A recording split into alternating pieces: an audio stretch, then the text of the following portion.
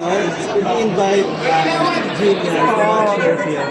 Yes, I did. Unfortunately, hindi ko siya nakapunta ngayon since may trabaho ko. Hopefully, pag-ibig. I mean, done ko yung Ano sa yung friendship mo yung dalawa? Panalo ba? Okay talaga. Kwentong panalo, di ba? Panalo. Sobrang panalo. Are you looking forward to work with her in one big project or film kung sakali? Sobrang noong una ko pa lang naka-excite na nararamdaman ko na eto pala talaga yung Jillian Ward. Ganito pala siya katrabaho. I'm looking forward ko na soon, if given a chance po, na makatrabaho siya. Kung ipagluluto mo ng delicacy si Jillian Ward or regaluhan mo, ano yon at bakit?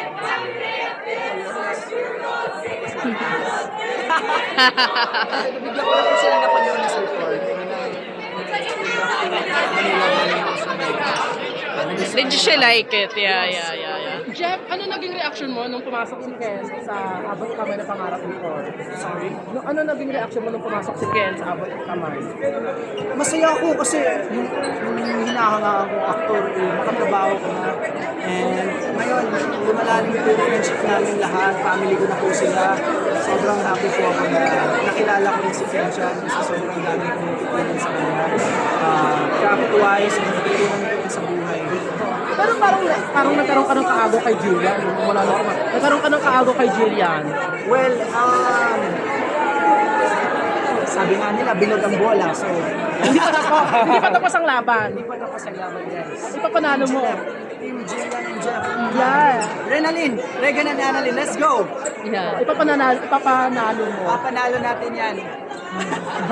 Malapit na yung Holy Week. Any plans to go out of town or 3 months ago po, pinaplano ko na po umuwi ng province ko. ano bang province mo sa? Negros. Ano talaga Negros? As in Negros talaga. Gusto ko po umuwi sa pamilya ko. Pahinga and para ma-refresh lahat. Trabaho ulit after. Tagal mo na. Spend time with family. Tagal mo nakakilala si Jillian. Nakilala mo rin siya parang, is she a girlfriend material? Kung sakaling ready na siya to have a partner. Is she a girlfriend material? Definitely, she is. Ano yung characteristic that gusto mo sa kanya? Well, nakakasundo ko po talaga si Jillian. Kaya sabi ko kami to talk about that. And sobrang goal-driven siya. And sobrang gustuhan ko yun. Yung mga taong hinahangaan ko. Sobrang focus ko pangarap.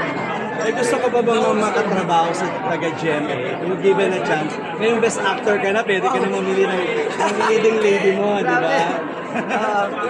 Kung bibigyan ka ng chance to choose, sino yung gusto mo makatrabaho sa GMA Kapuso Artist? Aside from Jillian. Given naman si Jillian. Pero ano po gusto ko? Makatrabaho si Ate Ate Dingdong. Sila po yung mga and also, yung Sparkada, yung kabatch ko po. Sobrang gusto ko makatrabaho siya. Thank you.